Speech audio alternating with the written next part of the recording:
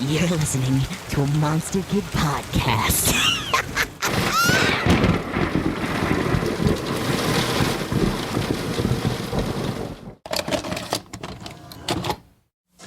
Why don't we rent a video tonight? Yeah, can we please? On a weeknight? Yeah, come on, Mom. It's okay.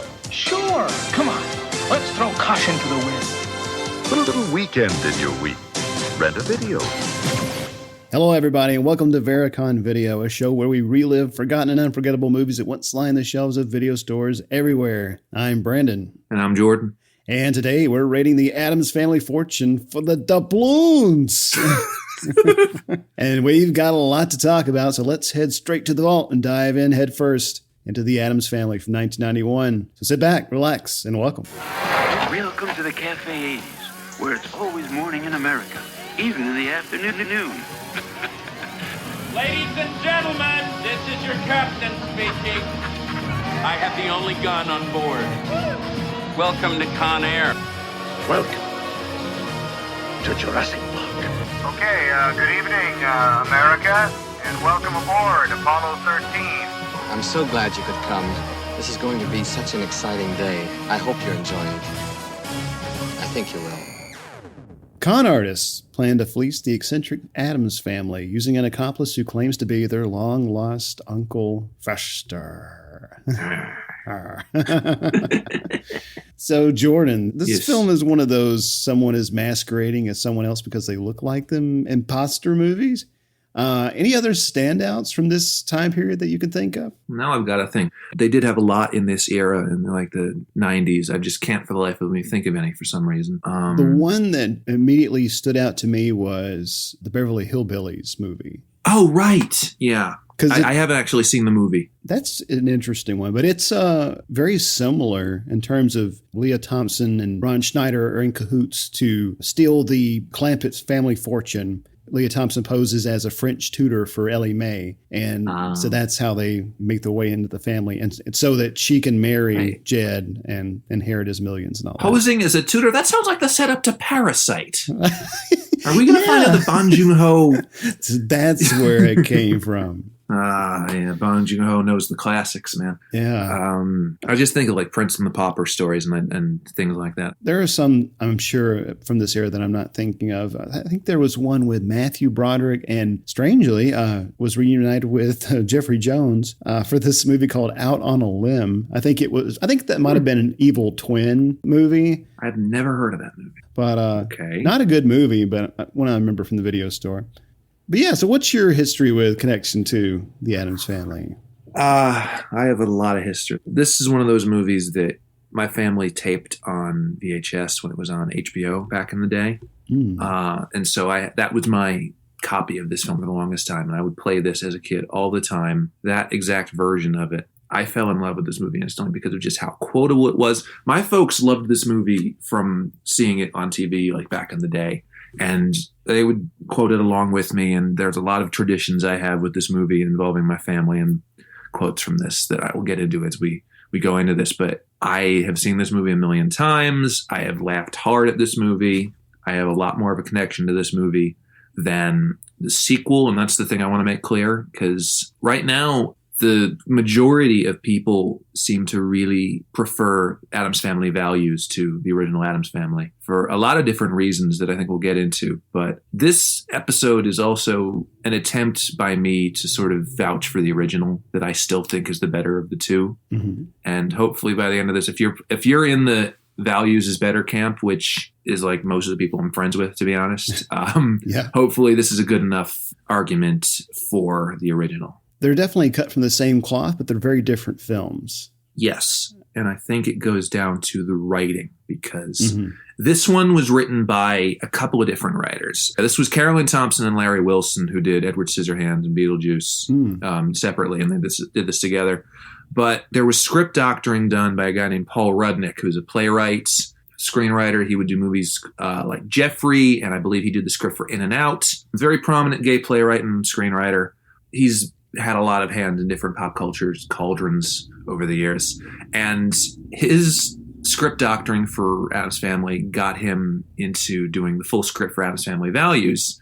And that one is a lot more of a Paul Rudnick sort of project. It's very much more of a, not formulaic, but a lot less joke-oriented and more full idea-centric. Mm-hmm. Yeah. And I think that's the real difference there, because I think that, the more Paul Rudnick tonally, and also I think the second one emphasizes camp a little bit more than this one. Yeah, I believe you're right. Yeah, I would say that too. I can't remember if I saw this in theaters. I don't think so, but I had the, we'll talk about this in a little bit later, but McDonald's used to sell VHS tapes as kind of a tie-in thing. I had The Addams Family, Charlotte's Web, the animated one, and Wayne's World. Oh, cool. Yeah, all of those came from McDonald's, and they even had the little Awesome. The arch on the back. I think I might still have it. No, actually, my mother threw all of our VHS tapes away.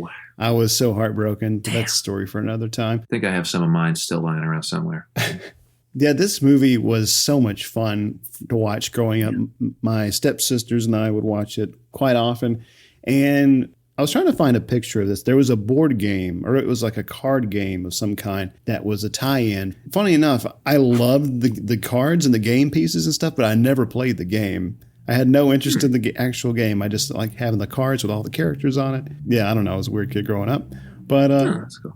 I grew up watching this movie. I think this is real blast, and I've had such a great time going back to it for this podcast. And so let's give our listeners a little bit of background, a little bit of context on The Addams Family from 1991. Right. It stars Raul Julia, the late Raul Julia, Angelica Houston, Christopher Lloyd, Dan Hedaya, and Christina Ricci. Now, I didn't know that The Addams Family began as a comic strip from the 30s before the TV show. Yeah.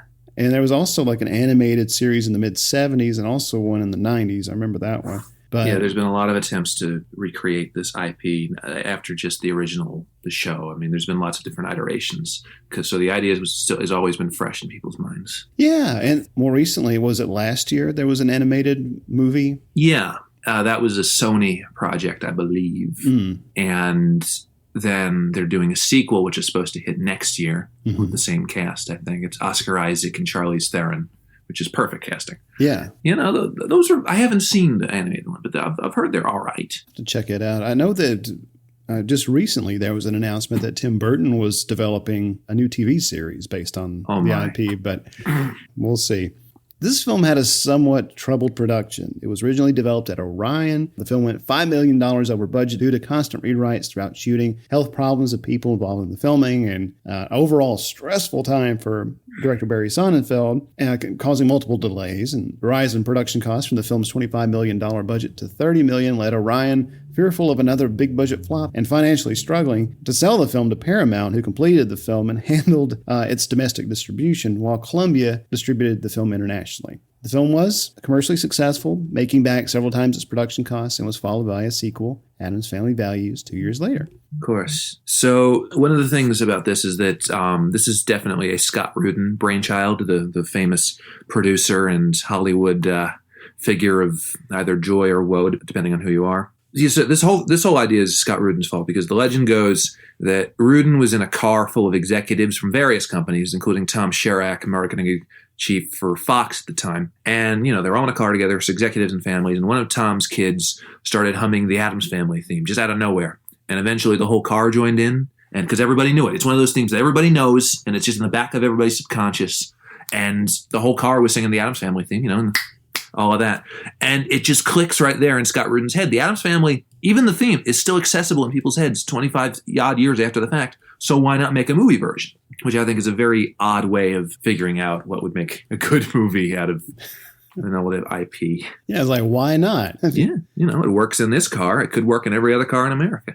Exactly. Because this was a 1991 production, the original choice to direct, as one might guess with this property, was Tim Burton, macabre, sort of creepy. Tim Burton knew that well.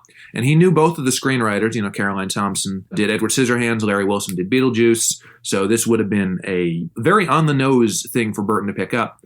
But the deal with Burton falls through, possibly because of the pre-production for Batman Returns. And also, this would have been, like Stay Tuned, honestly, a very small project for a very large star at this point, I think. Yeah. The guy who eventually gets the directing gig, obviously, is Barry Sonnenfeld, favorite director of mine contemporarily for a couple other projects. At this point, he's known more as a cinematographer. He did a lot of Coen Brothers movies. He did Miller's Crossing, Raising Arizona, Blood Simple, I think. And he's also done, and this is actually a really cool laundry list of stuff he's done cinematography for: 3 O'Clock High, Throw Mama from the Train, Big, When Harry Met Sally, Misery. So the credentials were there. He just hadn't directed yet. And this was his first directing gig. And after this, he'd go on to become one of the better, more underrated fantasy directors in the business, both on film with the Men in Black movies and on television with Pushing Daisies and Series of Unfortunate Events. He is a real deal, in my opinion. I was just thinking about Throw Mama from the Train, like that. That one. That's a great movie. It is a great movie. I revisited that about a year ago, and it was still outlandishly fun. I mean, Danny DeVito is a very underrated director as well. I do think he could have possibly done better if he had cast someone else as the Owen part. I think he wanted John Candy for a bit, because I don't think he did it well enough as the sort of meek man-child kind of thing. But he did well with it. Yeah. And obviously Billy Crystal and Anne Ramsey did as well. Yeah. As a joke during production, Scott Rudin let it be known to Sonnenfeld that he was not his first choice to direct by putting a different director's name on the back of the director's chair every morning on set.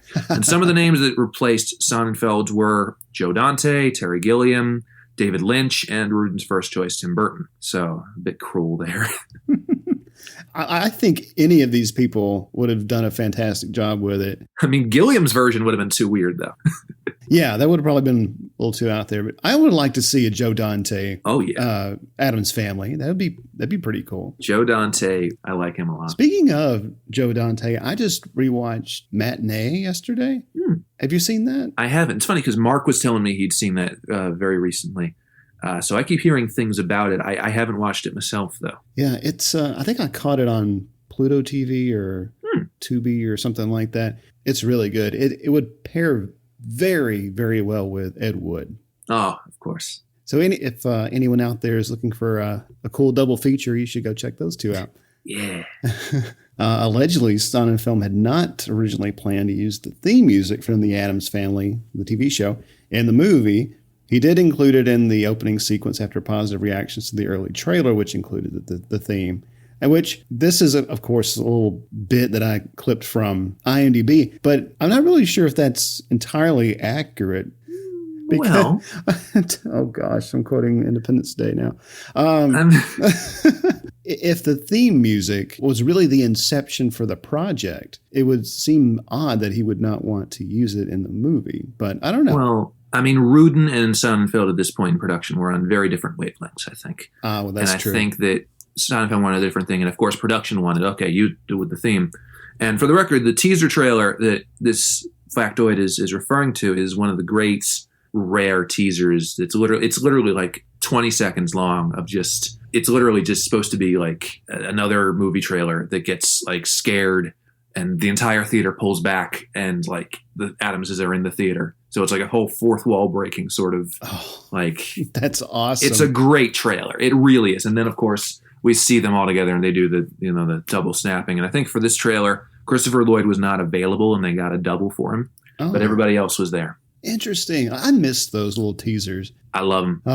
That was like it was an art back then. Like yes, when people would specially make the trailer for the film, and like there's so many great ones from that era. Like the Last Action Hero had a good one. Terminator 2 had a good one. Mm-hmm. The Fifth Element had a bunch. Yeah. The marketing teams that would do material specifically for trailers, I want them to bring that back. That was so much fun. For the role of Morticia, Cher wanted to play the role, and Olivia Hussey was considered, and Kim Basinger was going to do it. But Kim Basinger dropped out due to scheduling conflicts. Angelica Houston ends up getting it. And for inspiration, Angelica Houston watches a lot of Grey Gardens, and I think that comes through in her performance, actually. Yeah, I had to look this up. Grey Gardens is a documentary about two eccentric old women found living in a decaying mansion who are the aunt and cousin of the late Jacqueline Kennedy. You had to look up Grey Gardens? I'm sorry. I'm not going to let that go. Because I thought that was a pretty well-known thing. Yeah, I mean, the name was familiar, but I couldn't attach any memory or any significance to it. Interesting. Because, it's relatively well-known. I know that the first episode of Fred Armisen and Bill Hader's documentary Now was a very nice parody of Grey Gardens. So it's culturally accessible enough that people will know it in terms of the documentary. Well, it's very much a cult movie. Oh. But, yeah, in her 2014 memoir, Watch Me, Angelica Houston described the filming of the Addams Family as long and arduous. In order to gain Morticia's figure, she wore a metal corset, and she also had to get gauze eye lifts, neck tucks, and fake nails daily. And to make her eyes look slanted like the original Morticia, the makeup artist had to attach strings with spirit gum to the outside corners of her eyes and anchor the strings on her head. Wow. That's commitment right there. Of course. She is one of those actresses that would commit like that. Which I think it's interesting they went this route and not having any other type of prosthetic makeup. Because I don't think anyone in the cast really has any, do they? Does Christopher Lloyd have any? Maybe some. I know that some of it is like fat suit aided, but I think he does have some jowls and some makeup actually going on. Yeah, because I was thinking, because he's wearing that fat suit, and in order to make those jowls, you'd think he'd be incredibly uncomfortable, like trying to make those folds more prominent. Houston also told Entertainment Weekly that come afternoon, I would be prone to a really good headache from my various bondages, and because I couldn't lie down in the corset or rest, it was fairly exhausting. She comes off like a pro in the film, so again. Oh yeah, man. Dedication. This is a weird factoid also in terms of casting. They asked Sir Anthony Hopkins for the role of Fester, and he turned it down, which is a weird visual, the Welshman as Fester. But I think I know why he turned it down, considering what else might have been filming in 1990 to 1991. Yes. So I'm actually glad he did. I bet or he else is we'd too. never get Silence of the Lambs. But Christopher Lloyd ends up getting the role because this is his big late 80s, early 90s sort of peak of his career. We were doing all these amazing character roles and all different from the rest, and this is another one. Bruno Kirby, who is apparently a friend of his, offered up his fat suit from Godfather Part 2, that is. I'm glad he kept it hanging around. Yeah. Bruno Kirby, man. I really like that guy. Really sad that he passed pretty early on, I think. He did, in like the mid-2000s. Yeah. I very recently saw the movie The Freshman, which is an Andrew Bergman film with Marlon Brando and Matthew Broderick. Really good. But Bruno Kirby steals all of his scenes in this movie. He's this very fast-talking sort of New York type that just, you can't trust him, shifty eyes and everything. Yeah.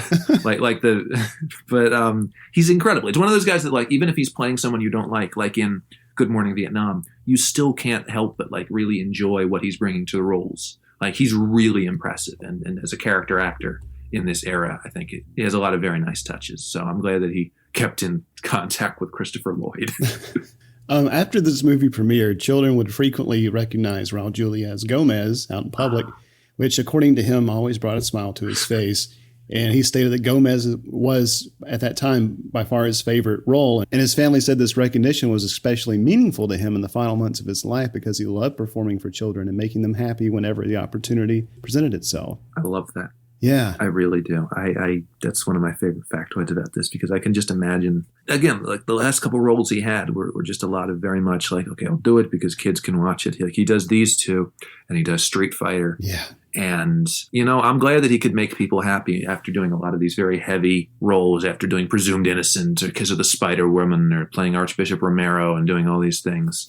Right. And I'm glad, man, because he kills it here. We're going to go into going to talk about how much he kills it. So David Levy, who executive produced the Addams Family TV show, filed a lawsuit against Paramount Pictures after the film was released. He claimed that many of the Addams Family character trademarks used in the film, including Gomez's fascination with blowing up model trains, the characters of Thing and Cousin It, Lurch's fondness for playing the harpsichord, and the passionate tangos danced by Morticia and Gomez were original ideas created by him exclusively for the series and not part of the original Charles Addams cartoons, for which Paramount had purchased the rights. That lawsuit was later settled out of court. Everybody wants a piece, Oh, yeah. The doubloons. There are several scenes that reference some of the original Charles Addams illustrations, most notably the introductory sequence where the Addams pour a cauldron of oil on the Christmas carolers, and the passenger on Gomez's toy train, the octopus painted on the footboard of Wednesday's bed, and Pugsley with a road sign. And even some scenes in the videos and photos from Gomez's infested childhood, such as them wearing shark fins in a lake and returning from camp in animal carriers. That was taken from the Charles Addams cartoons where Wednesday and Pugsley did these things. That definitely really explains why this is so different than I think the second one, because this is definitely more in the same vein as the Charles Addams cartoons, and it's very cut from the same cloth as the original source, whereas the next one is more of a variation and on themes. Yeah, I think that's a very good way to put it. Oh yeah, like I was saying earlier, in 1993, McDonald's sold low-cost exclusive VHS editions of the Addams Family and Wayne's World to coincide with the theatrical releases of Addams Family Values and Wayne's World 2. This was part of an exclusive distribution deal with Paramount. Due to some additional rights issues, the film was never released on DVD in countries outside North America except for Great Britain until 2013. And I guess after Addams Family Values, we get a lot of kind of shitty straight-to-video stuff after that. Did you see that one with Tim Curry and Daryl Hannah? I did not, but part of me kind of wants to. Yeah. Because that one is Addams Family Reunion from 1998, I believe. Yeah. And I've seen that in several circles of TV airings, and it definitely feels like a very low-budget sort of Nickelodeon era kind of we'll make do with what we have kind of thing. But apparently Tim Curry brings it, which when would he not? Right. I have no doubt. Yeah. Oh, man. This is going to be so fun. Are you ready to waltz? Or dance the mamushka. Yes, let's do the mamushka through this movie. We'll get there, man.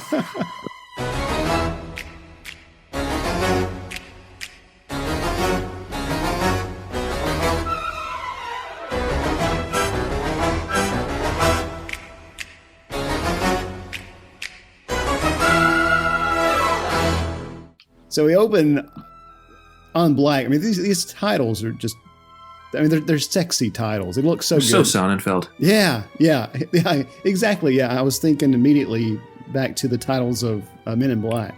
Very similar. So yeah, these carolers are singing Blow the House, and the Addamses are on top of the house, and they dump this cauldron full of tar on them.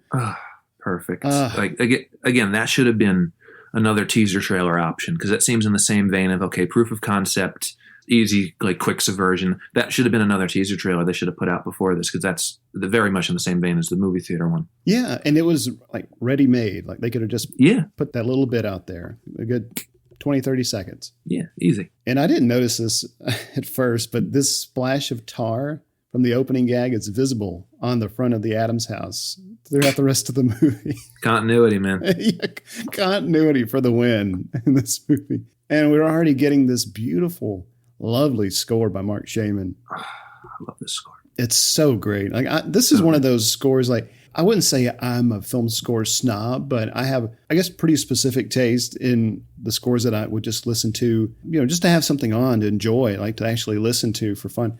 And this is one of those, because it's it's just beautiful. Especially that, I think my favorite is it's whenever we go into the ballroom scene. Yes. Oh, the music's so great. Well, we'll get there.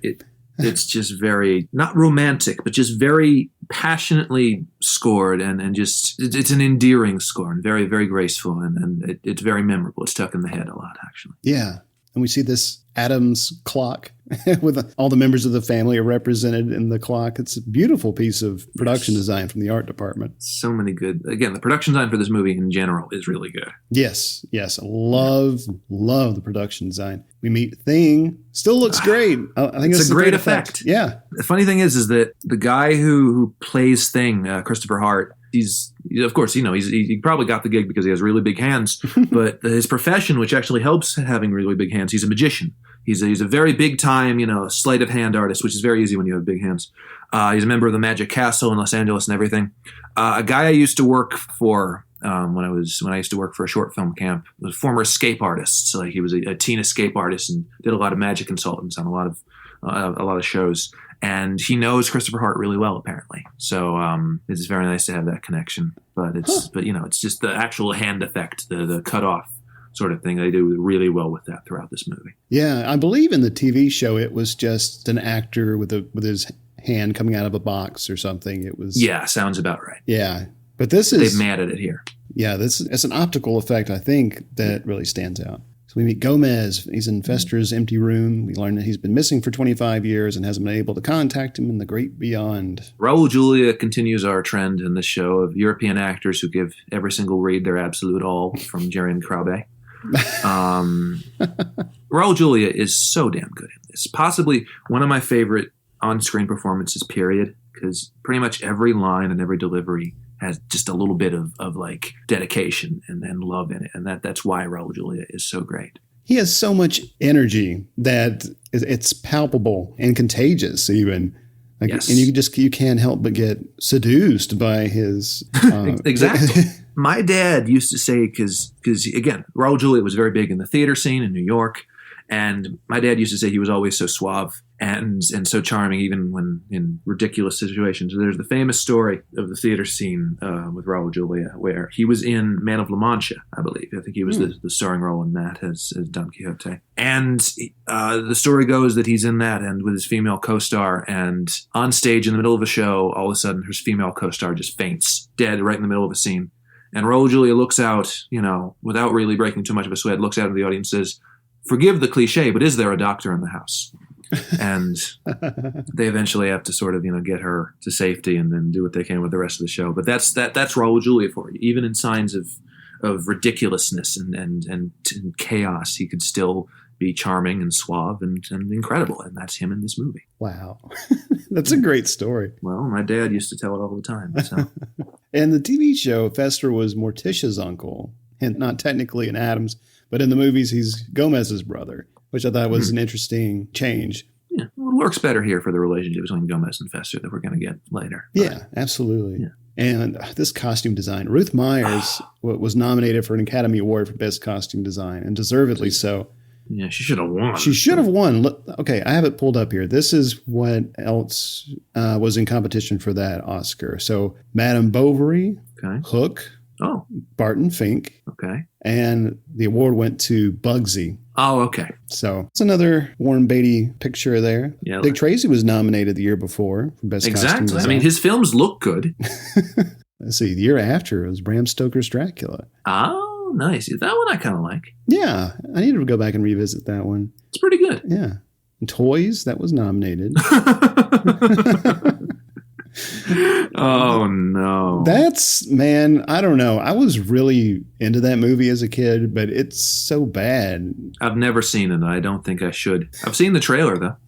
Okay. Well, at least I'm standing here in a field. I'm standing in a field in the Universal lot, and they told me, I can't really show you anything about the film, but I can. They just brought me out here, and I have to sell toys. And it's literally just him riffing for like a minute. Okay.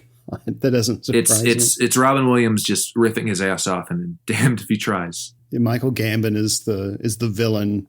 He's this military general. But anyway, we meet Wednesday in Pugsley. Yes. Christina Ricci and Jimmy Workman. Christina Ricci's perfect here. I mean, she would arguably get more of the personality down for values as she grew in an actor, but she's still undoubtedly one of the stars here. Her deliveries are just dry enough and very, very fantastic. She kind of vanished. She was doing some really great subversive work there for a few years. Yes. Really liked her in Monster with Charlize Theron.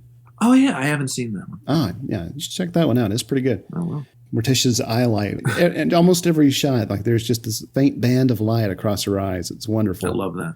Yeah. And just the Raul Julia line here. I would die for her. I would kill for her. Either way, what bliss. What bliss. So good. Unhappy, darling? Oh, yes. Completely. Most of this is just going to be us quoting the movie. I know. It's so good. The script is just so good. Yeah, it's so quotable. Last night you were unhinged. You were like some desperate howling demon. You frightened me. Do it again. Music swells. Yeah.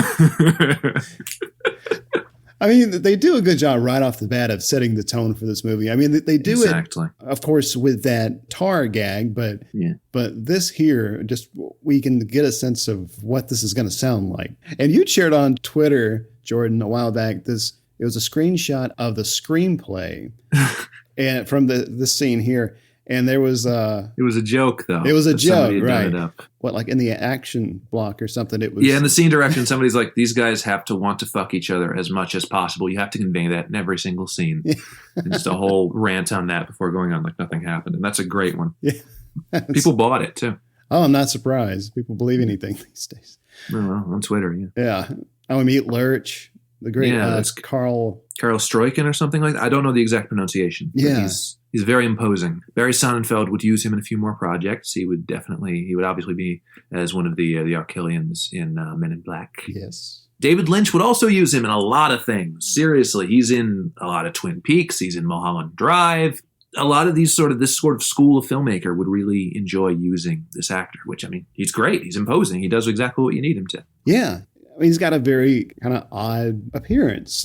Yes. Looks almost like an alien. Yeah. So he's kind of using that to his advantage as an actor, I believe. Yes. And that's great. Yeah. He looks great as Lurch. Yes, he does. We're off to school. Kids are off to school. We see the exterior of the Addams house. This was built for $100,000. And the exterior, the house set was built on stage 3-8, the same stage as the house set from the series. Oh, wow. And when the series was being shot there, it was known as General Service Studios. And when the movie was being shot there, it was called Hollywood Center Studios. Of course, the rates have gone up. That was on recently. I fucking love that. Wait, what is that? I know that. That's my grandfather used to work for your grandfather. It's Young Frankenstein. Oh, man, I haven't seen that one in a long time. It's my all-time favorite movie. Oh. But I do love the sort of early 90s special effects quality of the shot here of the golf ball flying through the window as Gomez putts one into the judge's house. And a lot of the effects in this movie kind of have that. Like, it's practical, but it's obviously an effect or a superimposed shot or something. And there's charm to it, at least to me. Yeah, I know exactly what you mean. And now I'm quoting The Matrix. Sorry. That's cool. But I do know exactly what you mean, because it does have this kind of like patina or texture to it that kind of gives it away that it is an effect shot, but it's not something that takes you out of the movie. No, it's more cool than anything. Yeah. And then we have Paul Benedict plays the judge in this, and he's insanely funny. Yeah, what else has he been in? He did a lot of 70s work. But I've seen him in a lot of things recently. He was in Waiting for Guffman. Towards the end of that, he's the guy they think is the great film critic that they're waiting for, the theater critic. I just saw him play an uptight film professor in The Freshman, and he absolutely killed it. Because he plays one of those NYU film professors who's so up his own ass that he's found the epiglottis. And he's one of those guys that like quotes all the lines from Godfather Part 2 as they are happening. So it was very funny seeing him play that sort of, because I went to an art school, a film school. I know those sorts of professors. Oh, so, yeah. I bet that really hit home. Yeah, and that great, damn you, Addams. Yes, hearing that from afar several times in this movie is great. Yeah. And then we have the bit in the greenhouse, which is more some expositional stuff, emphasizing the significance of why this happens to happen now, why this script must happen tonight, why this seance versus all other seances, which is very good screenwriting practice. But Morticia says, imagine if Fester did come back, half alive, barely human, a rotting shell. And he goes, don't tease. The script for this works because of dialogue like that. Very much set up in subversion. Yeah. Lots of one-liners and witticisms. The sequel script, as I would say, would be a bit more traditional in terms of scene-based or idea-based sort of jokes. Right. What is it? Tully and Margaret Alfred? Yes, which means let the Dan Hedaya-ing commence. Ooh! I love it. I love the gag of Tully's mild annoyance at the gate refusing to let him in. Or as Morticia put it, he's romping with gate. Romping with gate. I love it. I love it. And then they're talking as they come in, ask for a loan. Beg. No loans. I am not a bum. Again, Dan Hedaya isn't perfect for many projects. Like Alien Resurrection, as I've said before, he sticks out like a sore thumb. He doesn't really fit in that. But when you find a good one for him, like once again, I'm going to mention this damn movie I mentioned every single episode of this podcast, Running Scared with Billy Crystal, where he plays the police chief there, and he gives the immortal line that can only be done by Dan Hedaya. You two are the detectives. Go and detect. He's perfect in here. He fits into this world perfectly. Yeah, absolutely. I was thinking of him in Clueless. Oh, yeah. the other day. He's great in that. Yeah, because he's a bit cantankerous and yells a lot, which is great. So good. He knows what his strengths are. Obviously. Yeah. I think he showed up in, what was the one, the David Bowie vampire movie that Tony Scott did? The Hunger. The Hunger. Yeah, he shows up in that in sort of a serious role, and it was like, oh, it's Dan Hedaya doing here. Interesting. Yeah, so, it's him in that movie, or that role even in that movie is very suspect because he's only in it for a few minutes, and he's like investigating this disappearance, but I'm here at the end to confuse you. Exactly. Is there a thin white duke around here somewhere? Yeah, so The Hunger, Lewis from Random Movie Roulette and I covered that with his co-host, Jack. And that was a lot of fun. So you should go check that out. Jack showed me that movie for the first time a couple of Halloweens ago, and it's an incredible movie. Yeah. It made me really like Tony Scott and Bauhaus. Yes. So, Same. So yeah, underrated goth rock act. Yeah. But the bearskin rug attacking Tully, just a fun gag. Yeah. The entire house knows he's crooked. Lurch knows he's crooked. And here he gets the beginnings of the idea about Fester, seeing the painting on the wall of him and getting the little germination of what if we do this. And the errant shot of the sword coming towards him gets me every time, as does the shot of Gomez going, missed. Yeah, this is a great scene, this fencing scene. Yes, so good. I love that even doing business and accounting work, I presume, is still this adventurous game to Gomez. And even Tully is into it as well. Yeah. In the history of the Addams family property, do we even know anything about this old money the family has? I don't think we do. And I think that makes it funnier that they're just randomly strapped. And we don't know why or how much money. We see a cavern of riches, and it's funnier than it's a nebulous amount and a nebulous sort of origin for it. Yeah, I kind of like what we don't know. And we intercut here with Lurch, Morticia, and Grandmama Addams going through things from Margaret's charity auction, all these different, prop jokes. And yeah, I think it's interesting that the Addams, as eccentric as they are, they're not reclusive. They still go out and their kids go to school and stuff. They go to the play later. So they're socialites to some extent. But they're also... Well, why should they be different than everyone else? Well, yeah, that's true. Yeah. But I think it's interesting that they seem to be very good, honest people. They have this philanthropic attitude, and they want to contribute and help out this charity for, I believe they later say it's for developmentally disabled people. Something like that. Yeah. I'm glad.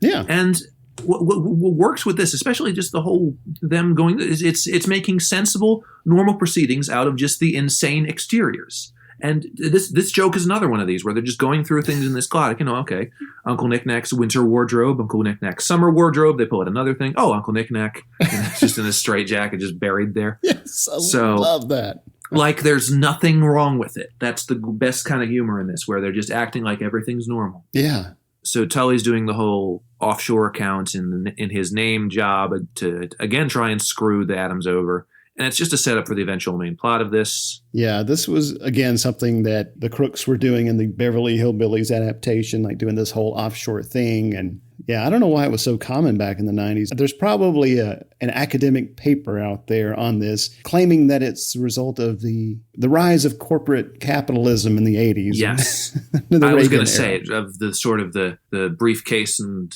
Coke spoon sort of 80s materialistic yuppie sort of bullshit. Throw American Psycho in there if you'd like.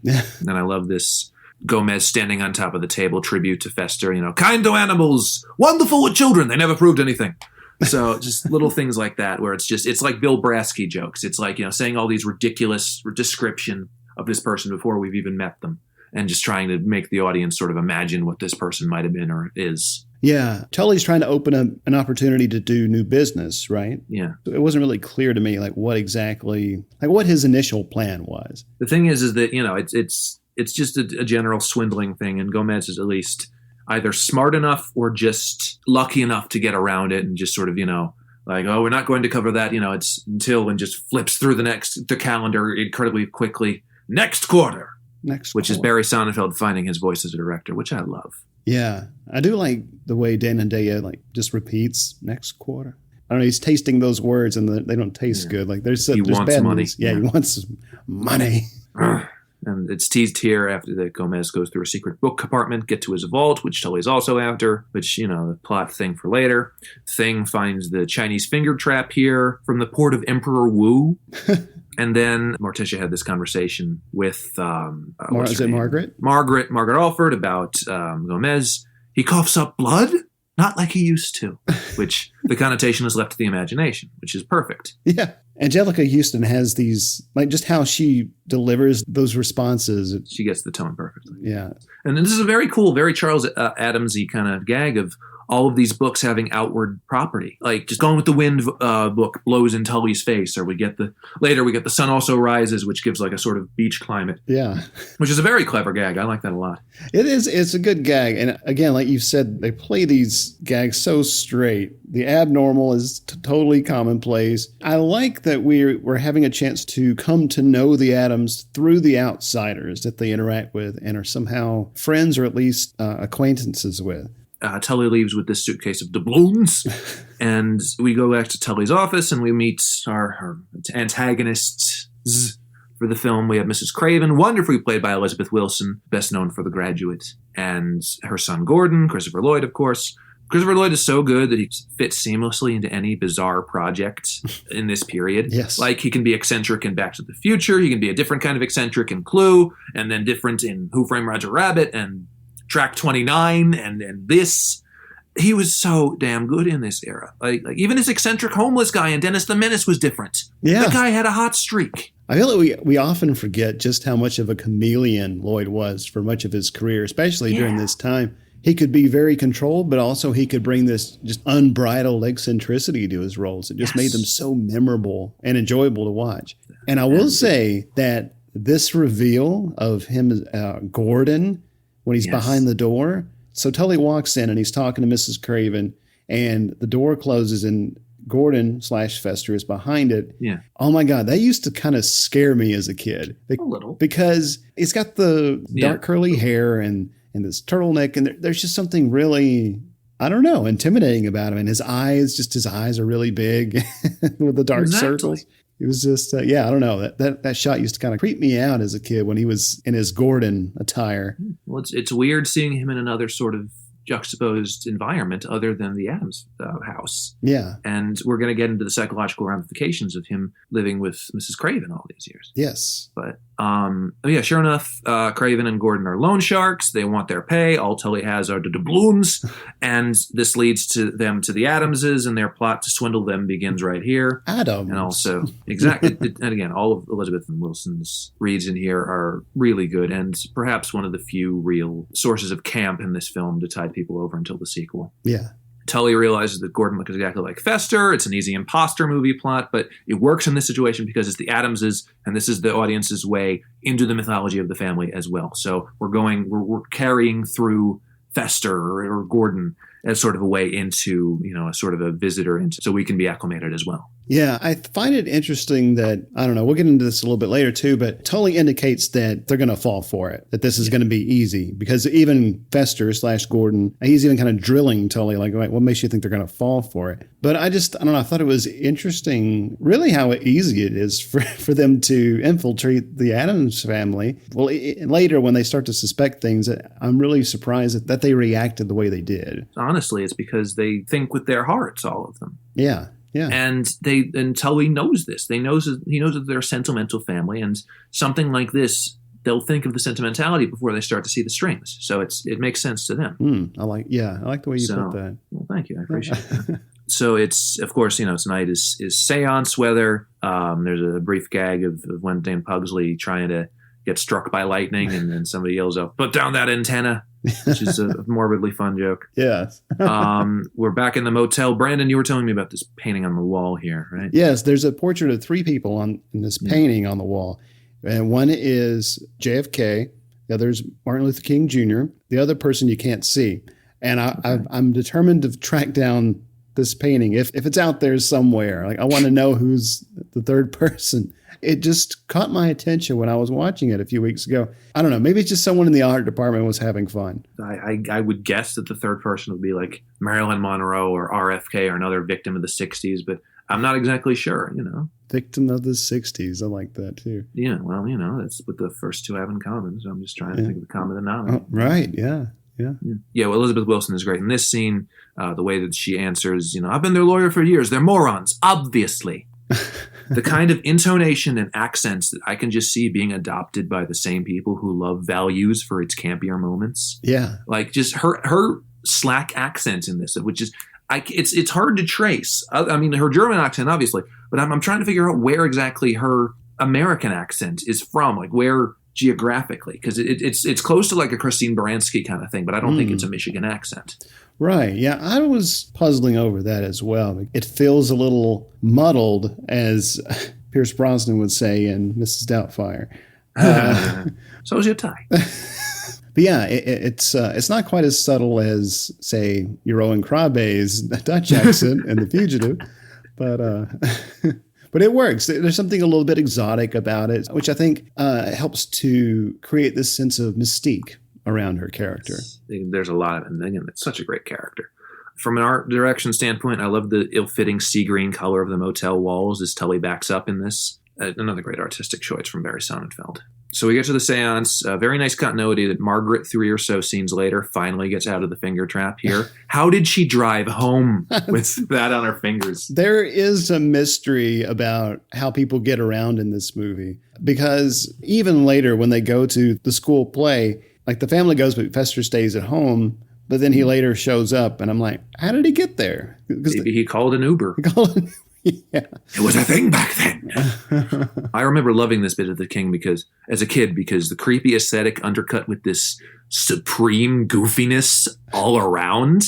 Like this little prank that Grandmama and the Thing play on Margaret of just accidentally like passing off Thing as Grandmama's severed hand via force, and Margaret falls for it, and it's wonderful. I love this naughtiness the family has. They're practical jokesters because the patriarch of the family is really just a big kid. Exactly. Oh my God. Yeah. Yeah. I love the brief shot here of Margaret's confused expression as the seance continues. Like she's beginning to realize, okay, what the hell's going on here? The knock 3 times is just over dramatically silly. The ridiculousness of this happening with Lurch's intense harpsichord playing. Yes, and he's doing it so stoically. He's really he's in the zone. Yes. And then and then he's going to knock again, and then you just hear the pounding on the door, just waiting. And then the third time, followed by the single most over-the-top Gomez read of, he's at the door! Bow, bow. I love it. And then the shot of Thing running to the door up to the reveal of Fester is so good. Just the tracking shot, then all the way up, and then with just a little voices of people seeing it.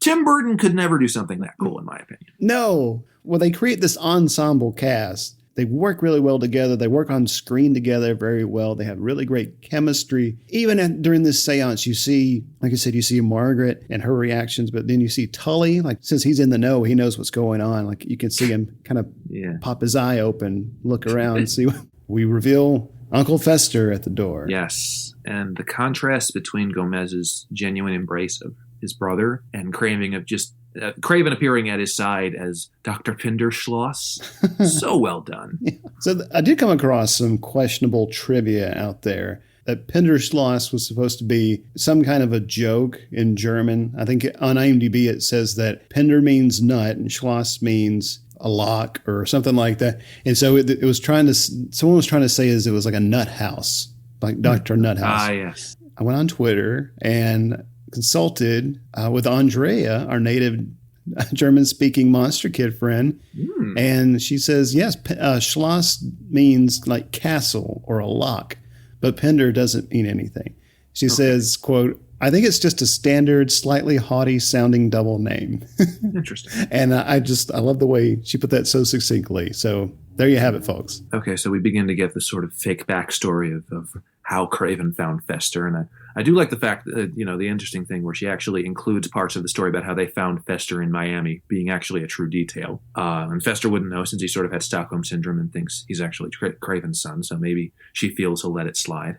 Mm-hmm. Another great Elizabeth Wilson accent here. Even this fakey German one, she's killing that. Yes, I will never forget that she does this, Oma, Oma, Oma, go tell it on the mountains. like Frau Blucher-worthy German accent. So good. Horace Leachman would be proud. Yes. I love Fester mentioning the Bermuda Triangle gets Gomez and Morticia horny again. Devil's Island.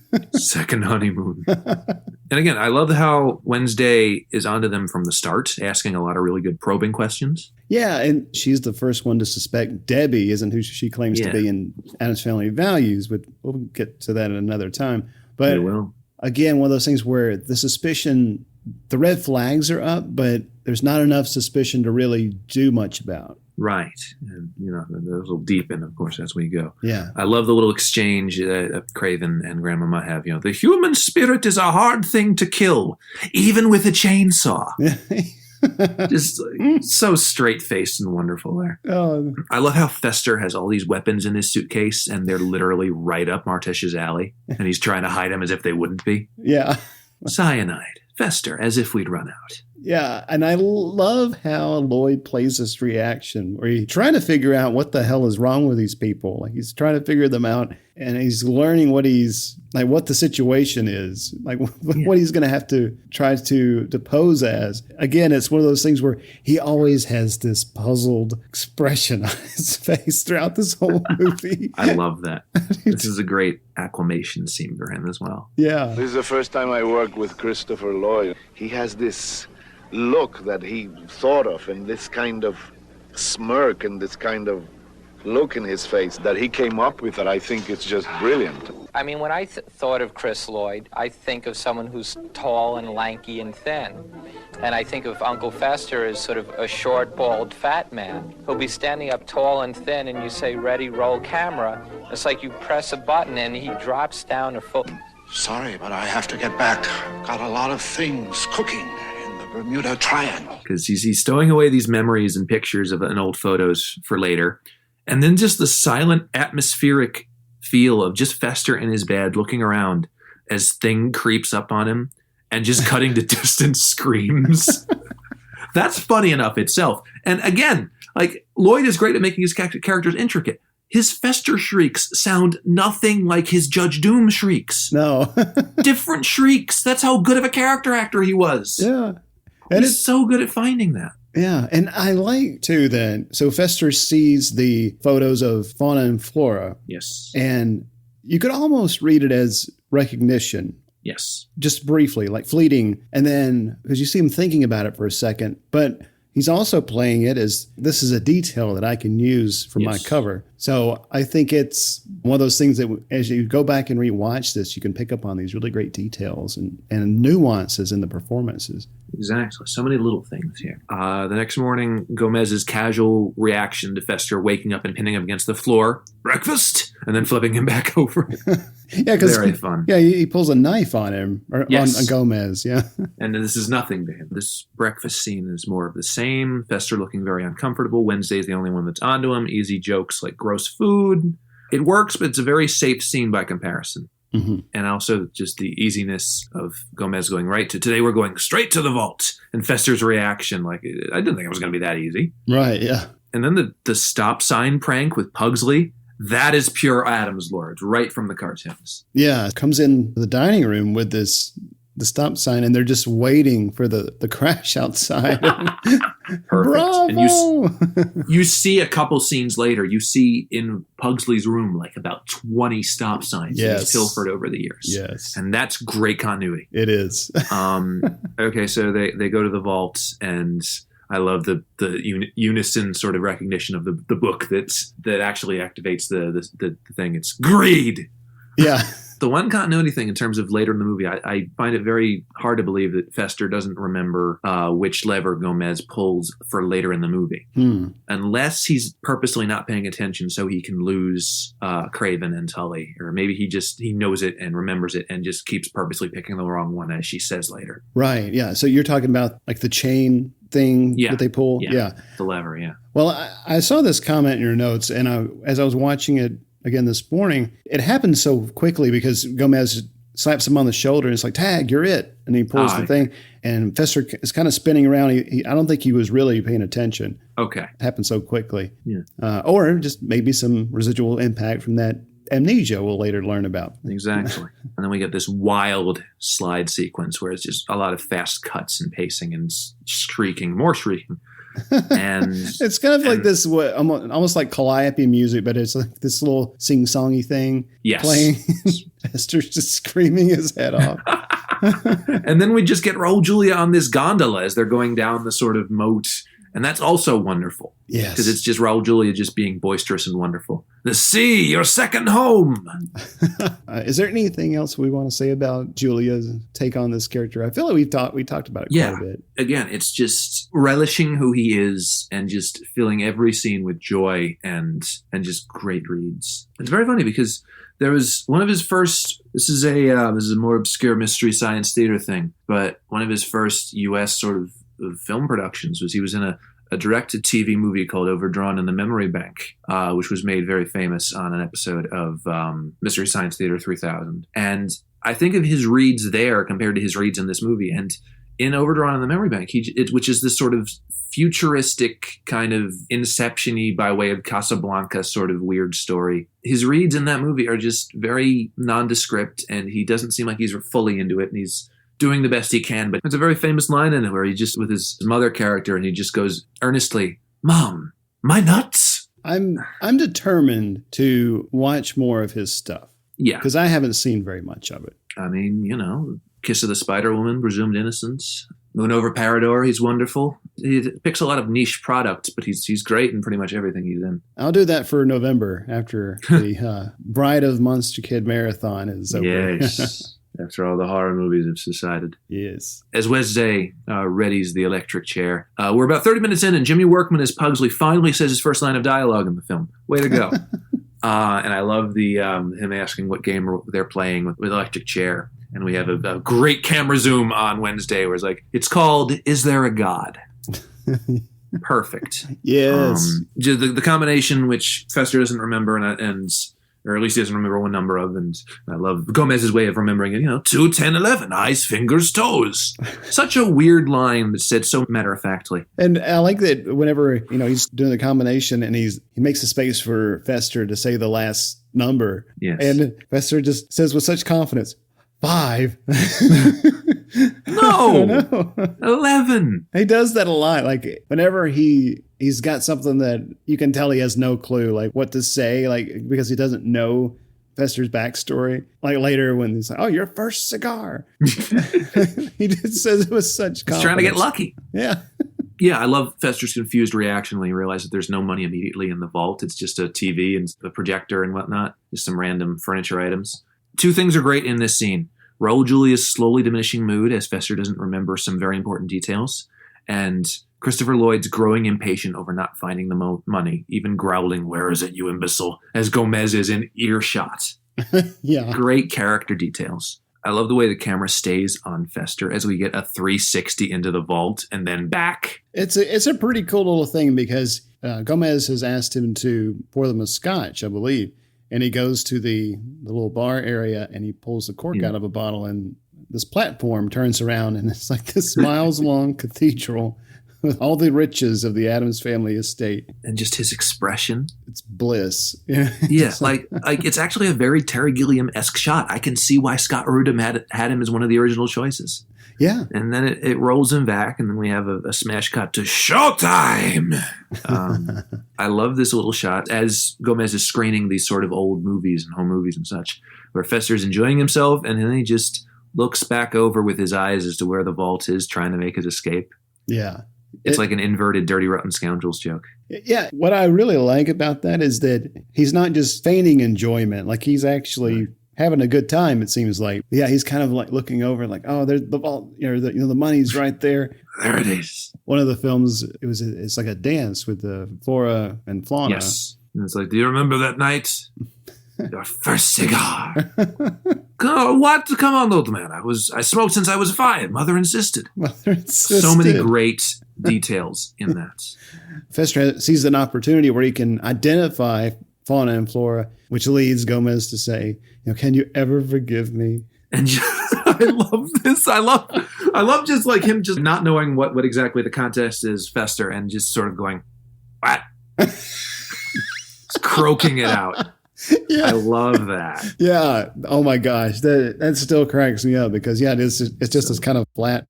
What? Oh my God. It's revealed here that Gomez's jealousy over flora and fauna drove Fester away to the Bermuda Triangle. And again, that's where Fester is able to bolster his cover by, he knows their names, but that's all he knows about them. And then after Fester rescinds forgiveness, Gomez gets Fester in a headlock, asks for the secret password, which Fester has forgotten, of course. And there's anger Fester shows towards Gomez. And Gomez has a great line here. What did they do to you in that Bermuda Triangle?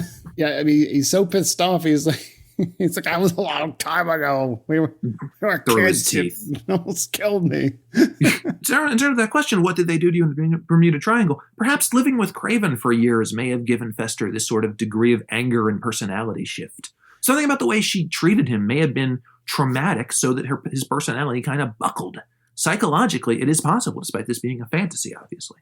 Well, yeah, I mean, I feel like this is one of the more interesting things about the film now to me is this particular layer that is operating kind of under the surface. Yes. Yeah, there are those questions of, okay, what ultimately happened to him? How much of the story that Craven has told the Addams is true? How much of it does Fester know about? Over the course of the film, we see her using these manipulation tactics to control him and to have him do her bidding. I mean, really, he's just a tool to her. Exactly. Not a son, a tool, which says all you need to know about her. And right. We're going to say a lot of other things. He's introduced as the muscle.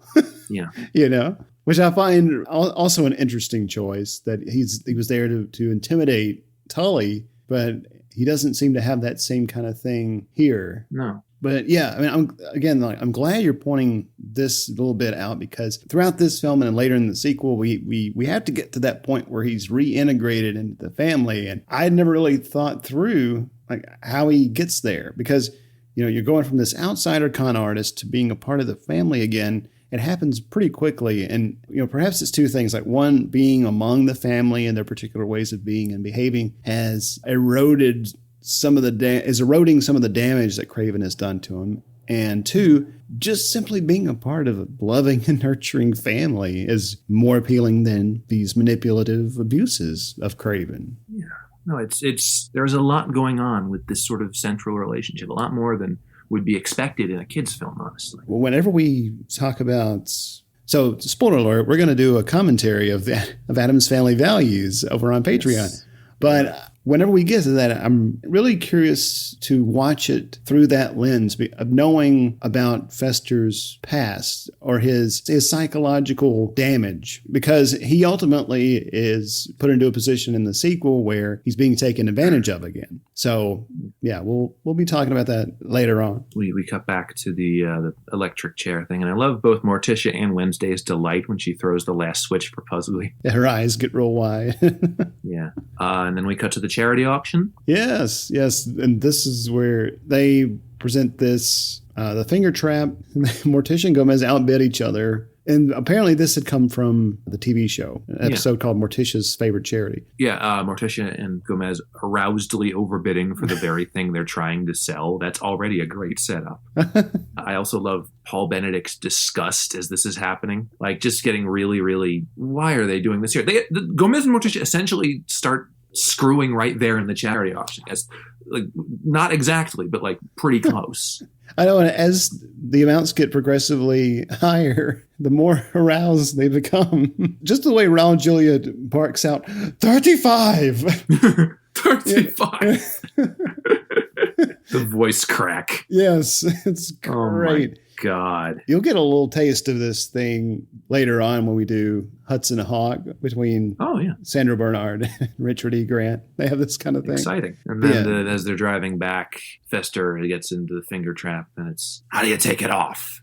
Which is the straw that breaks the camel's back. Yeah, so it's a good shot because you're close with him in the car, and you see Morticia and Gomez look at each other when he says it. And I think they're just in there with Wednesday as well. Yeah. So they're all kind of getting on the same page, like with their suspicions. Right. Then we're on to the train sequence. Oh my God. This cracks me up every single time. Just the errant editing, Barry Sonnenfeld's cameo on one of the trains. It's outrageous. Like, what is this? Like, why is there a little man on the train? Like, it has the most frantic energy, and all the while, Gomez is just screaming things, exaltation, like, you wore that finger trap for 2 years. Mother had to teach him how to eat with his feet, and the combination, and the password, just going off. Amazing. And we intercut this with Fester guessing wrong on the combination for the levers and being whipped around. Right. And insane editing and energy and everything. Yeah, I think this is the scene where Morticia and the kids are together, and we see Fester go through the fish tank in the bedroom. Yes, that's right here. Yeah. Yeah, so he pops outside the house. And Morticia's there. Yeah. I love this little quiet scene after that hysteria with Morticia just leading Fester through the graveyard, and just the Addams like Latin saying of "we gladly feast on those who subdue us," which is great. It's just a great character scene for Morticia, knowing Fester isn't who he says he is and giving him a subtle enough talking to. Yeah, I rewatched the scene closely this morning after seeing her note on this, because I wanted to pay close attention to what she was saying. And she's kind of telling the history of all of these people who, in the family who had died in the graveyard, people who had died horrible deaths. But she says that they were thieves. But yeah, I mean, she's being subtle about it, but she doesn't really say we're on to you, but just something to that effect. Oh, she just says, yeah, as an Addams, do you get what I mean? Yeah. As an Addams, I do. I do. But yeah, again, like the fact that they know, or they don't really know, they're outrageously suspicious about him, but they allow him to stay. And because that's who they are. Yeah. So, and then the ending scene. Oh yeah. Fester alone in the graveyard. Yeah. Gomez, he's flailing in his own doubts about Fester, and Fester is on the phone with Craven. Run to me, Mother. I'm almost sure. And at the same time, he picks the right arsenic for Pugsley subconsciously. Yes, and so that's such a great bit, because Pugsley walks up to him and he's got like cyanide in one hand and arsenic in another, and just the fact that he takes the moment from telling his mother that they're onto him. Oh yeah, arsenic. Yeah, he's like pointing at the bottle. I love it. It's so good. And then Morticia substituting Wednesday's knife for Pugsley with a hatchet. So casual. Yeah, so casual. This is great. So this next scene here. Oh my God. I think it's my sentimental favorite. Because it's Craven counseling Morticia and Gomez as Fester listens in. And it's already just, it has this serious enough. And then Morticia's like, why don't you speak to Fester, darling? He's right outside the door. And it's that blatant that he's just waiting there. It's like the presence is felt. Yeah. And Gomez, with arguably one of my favorite lines in the movie, just going, I would speak to Fester if that were Fester, but that is not. It's an impostor. And then you go right to the answer of the door, right against the door. An impostore. Gone every time. Every single time I am gone at that scene. And Fester's just reaction of just like clattering against the inside. Yes. The energy here is incredible. It's large and loud and emphatic. And just his reaction, like what Christopher Lloyd is doing with Fester, his reactions and how he's stomping around and he's flailing. It's just great. It really is. Sign again of a great character actor. And at the same time, Fester just starts teaching Wednesday and Pugsley how to really fence, which is one of the first clues that Fester is really Fester in there. Because if not, he wouldn't bother. This is really good stuff. Yeah, and we get those first inklings here of their bonding, which is so great. And we start to see Fester really embrace this way of being and behaving that of the Addams family and what it means to be an Addams. But I love how he's watching them fence and he just runs down to them. No. No. Got to aim for a major artery. The juggler. I love it. And then back with Mrs. Craven, the exchange of the theory of displacement. Is this familiar? Beat. No, Tish. which is basically him displacing itself, which is a great joke. I didn't catch that. That's good. No one does, and I didn't catch it till my first couple of rolls. He's displacing even the thought of that. Wow, that's clever. That's really clever. And then even the very next one's like, but you are feeling the little black monster. Eat Pugsley. This movie's joke writing is so good. It just the way Julia blurts it out with such confidence kills me. And then Pugsley. the end of Pugsley. The end of this scene is just a fast back and forth between Morticia and Gomez. It's just right on top of each other. It ends in, by God, he is Fester. So good. Yes, thank you, Dr. Pendersloss. I do what I can. Just phenomenal. Fester proceeds to teach Wednesday and Pugsley wounds and explosives. That's great.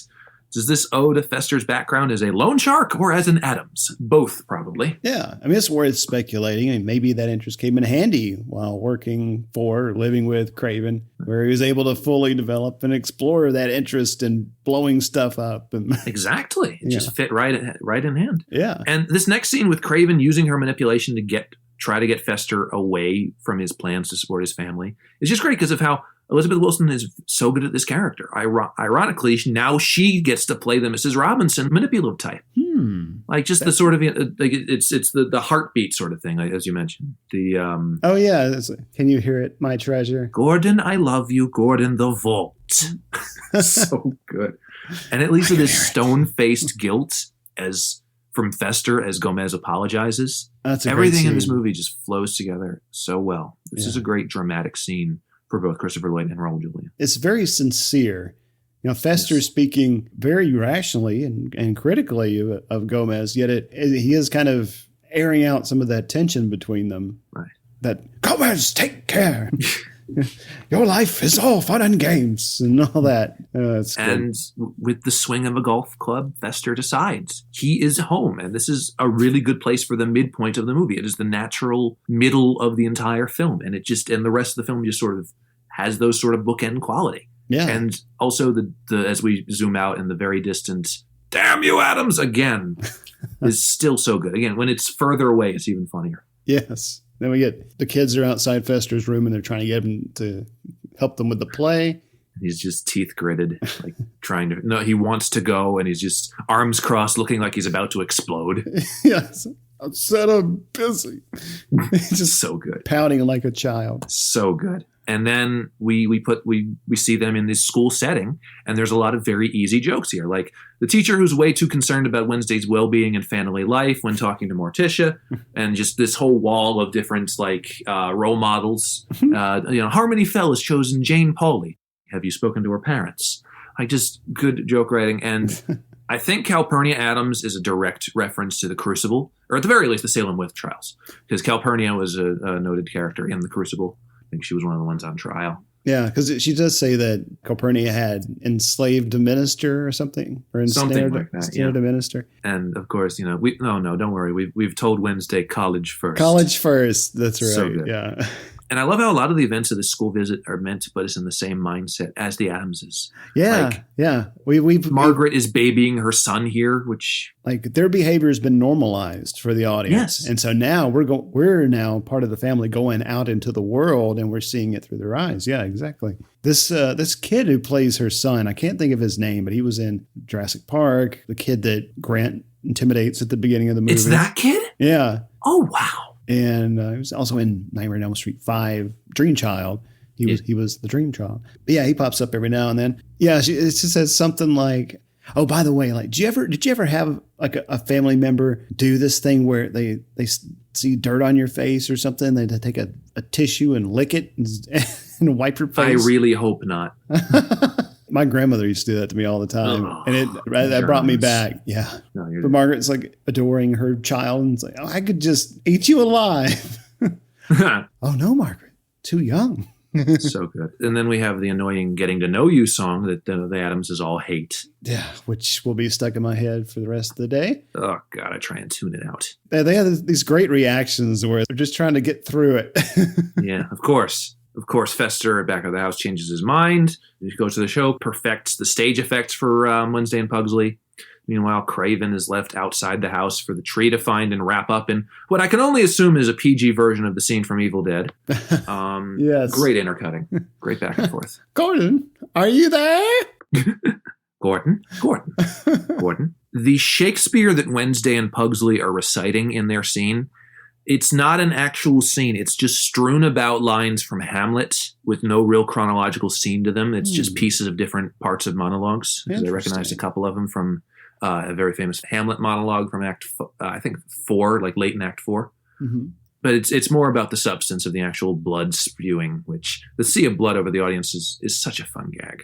Yeah, and there's that great shot of the judge after he's wiped his face and he gets sprayed some more. So good. And then the eventual, bravo! And everyone on the front row is covered in fake blood and they're just stunned. They can't even react. And then back at the house, we have Fester remembering details about the Bermuda Triangle while being also the perfect uncle to Wednesday. It's proof that he's beginning to remember things as Craven's grip on him is wearing off, another psychological sort of inclination.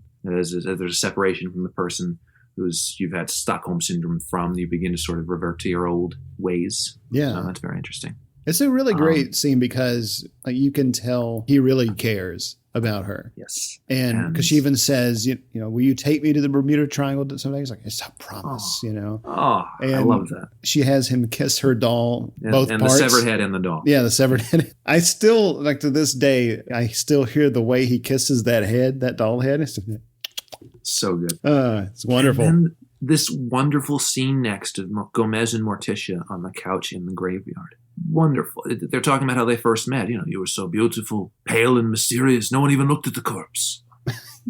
Yes. It's like they're and he proposed that very night. Yes. It's just ridiculous. And the music sting here as they embrace and we cut to other intertwined statues of dead relatives. It's absolutely beautiful. Yeah, and this scene kind of confused me a little bit when I was much younger because it was difficult for me to really know like what the Addamses are, like their nature of being alive or unalive or what have you. But I mean, clearly they're alive and immortal. Yes. There was something about all of the morbid, the macabre, the morose stuff I was never really sure about. They're just eccentric people. Yes. And I think that's basically it. Eccentric people with some extra supernatural little energy around them at all points. Right. And then the next morning we have Fester and Pugsley's prank on Grandmama of throwing an arm into the stew and her yelling, "Who put this in here? That's for company." It's great. It's a great joke. Fester's "oh shit" reaction once Craven enters. Because Lurch had found her. Yes, Lurch finds her in the greenhouse. And then just after a couple seconds finally decides to do something. Yeah. It just starts with Craven going, well, we have to get him back. He has to leave. Did she ever really explain like why he has to go back? Like what? No. Yeah. Okay. But of course, the Addamses have planned a farewell party for the entire clan, which is great. And then we get this scene with Craven and Fester in his room. It's perfectly Elizabeth Wilson. They're not your family. I am. They don't love you. I do. They're evil, corrupt, degraded. I can give you that. Basically, she's admitting here that she's everything she's claiming the Addamses are, but deluding him that it's all potential energy rather than in progress gaslighting and mental abuse. Oh man, that's some good shit right there. Yeah. I mean, it's so rich. Like, who would have thought we could get so deep with this one? But I mean, yeah, the psychological ramifications are too strong. I mean, we, the audience, can see, of course, how he's being manipulated and how he's being gaslit, and just seeing Fester himself start to unshackle from that. Yes. But also when he's quickly roped back into those tentacles of Craven, Yes. I don't know. It's kind of sad watching it now as an adult, like just seeing how she's playing him for a fool. Exactly. I equate it also to Mother Gothel in Tangled. Mm-hmm. This other manipulative sort of character that we're trying to have our hero sort of latch away from, but keeps getting further in deep because of what she needs. Yes. So we get the sort of setup for this ball, and I've always loved the cut from Morticia and Gomez dancing in the empty ballroom right to the full ballroom of people. Beautifully done. And it's a great line too. It's like, how long has it been since we waltzed? And there's a long pause. Hours. So good. Yeah. And the actual party is lavish, star-studded. There's lots of great cutaways of just random, normalized things in here. Lurch waits outside the mansion for Cousin It to arrive. He arrives in a very small Volkswagen Beetle. Too legit to quit by Hammer is blasting. I have this may not go into the final thing because this episode might not come out for a while. But me and Mark just did an episode of the Looney Tunes podcasts where we were wrapping it up or something, and I forget exactly what the context was, but I think Mark was saying like something along the lines of, well, please don't hurt us if we don't like it exactly. If we don't like these cartoons exactly as much as you do. And I just went, okay, please, Hammer, don't hurt us. I think MC Hammer is just going to stop listening to our podcast now. Oh, no. And then immediately I just came up with the worst pun of all time, which is, I don't think MC Hammer has the potential to stop watching because I believe he is too legit to quit. Mark and I laughed, I think, for a good hour because of how bad that was. And it was us trying to wrap up that episode of the podcast and laughing our asses off at MC Hammer jokes. Oh, that's fantastic. So the second that I started hearing Too Legit to Quit, I'm like, I have to screenshot it and send it to Mark. And I'm like, guess what? Oh, MC Hammer, man. MC Hammer does 2 songs for this soundtrack. Yes.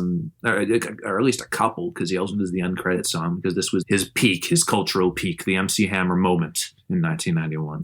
I like that that's what Cousin It is listening to. Yes, exactly. Cousin It would be an MC Hammer fan, of course. Yeah. I love that when he pulls up, and Lurch opens the door for him and he's like having a conversation with Lurch. Yeah, exactly. And Lurch none of these characters speak any lines of dialogue, but they understand each other, which is perfect. Yeah. By the way, Cousin It is played by John Franklin. Yes, that John Franklin. He wants you too, Malachi. Oh my gosh. That's a fun fact that I love telling people. Very fun fact. I didn't know that until I was watching Children of the Corn a few weeks ago. And I was looking at what else has John Franklin been in? And I was like, oh shit. That's a great, because again, it's John Franklin in Children of the Corn acting his ass off and doing this amazing performance and this creepy shit. And then here he's not saying a lot and just being underneath a Cousin It sheath and just in it because he just happens to be a little person or someone with a stunted sort of growth disorder. Yeah. But I wish he would have said some things because that voice is unmistakable. But yeah, I know. I digress. Well, a little side note here on cars in the film. Yeah. So the Addams family car is a 1932 Packard Twin 6, and Cousin It's 3-wheeled vehicle is a 2-seater Messerschmitt cabin roller or cabin car, which was produced in Germany during the late 50s and early 60s. Just FYI. Because Messerschmitt, I know that name because they designed, I think, planes in the 1940s. Because I remember Daffy Duck doing a line in a wartime Looney Tunes cartoon where he takes down a bunch of planes and he goes, a whole meth of Messerschmitts. Okay. Yeah, that's where I know that from. Cousin It is smitten immediately by Margaret. Tully essentially throws her to him to dance, which is a weird move. But you can tell that what is it with these Alfords?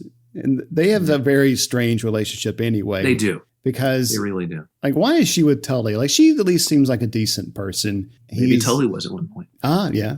And just got corrupted or got in and over his head. Lumpy Addams. I used to think this is so funny. Why Lumpy Addams is one of 2 phrases in this next sequence that have become staples in my household. Because my mom will just say that line of dialogue out of nowhere, just why Lumpy Addams. It's great. Wednesday walks in on Fester and Craven in the act of getting Fester's head shaved, I think. Yeah. Spoiling the plan. A chase scene happens here. The shot of Fester kicking in the door matched with Wednesday coming down a secret compartment is so well done. Barry Sonnenfeld's killing it. Yeah. I like the fact that after she escapes through this trap door, he goes and like stomps on it and does it like a little panic dance on it almost. Yes. It's great. I love Dan Hedea's understated, oh my God, as he meets the Amore twins. Oh, yes. That's so good. I mean, he's their lawyer. Here, he's the Addams lawyer, so he has a reason for being there. But Gomez says they're waiting for Fester to entertain them. And and the twins spill that Fester technically owns the house. There's the plot we were waiting for. Right. Fester finally makes it to the party, and the mamushka begins. And in my house, this is the second thing.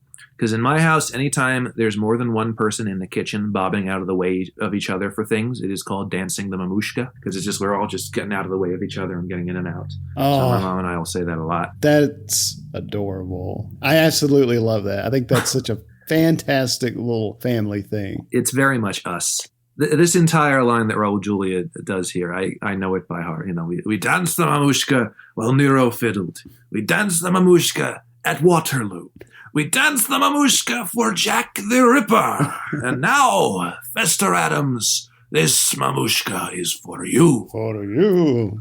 So good. So good. Julia is so good here. And this entire well-choreographed dance scene is wonderful, joyous. Now, originally there was more lyrics about the history of this dance and the Addamses, but they were cut, I think, in I had read that this was a longer sequence that test audiences didn't really respond to very well. So they decided to streamline it a little bit. Okay. But I do enjoy like how Fester, like he just falls right in. Like he's so comfortable. And muscle memory. That's exactly what I was searching for in my head, because he just falls right back into it. He's having a great time. He's having a blast. Exactly.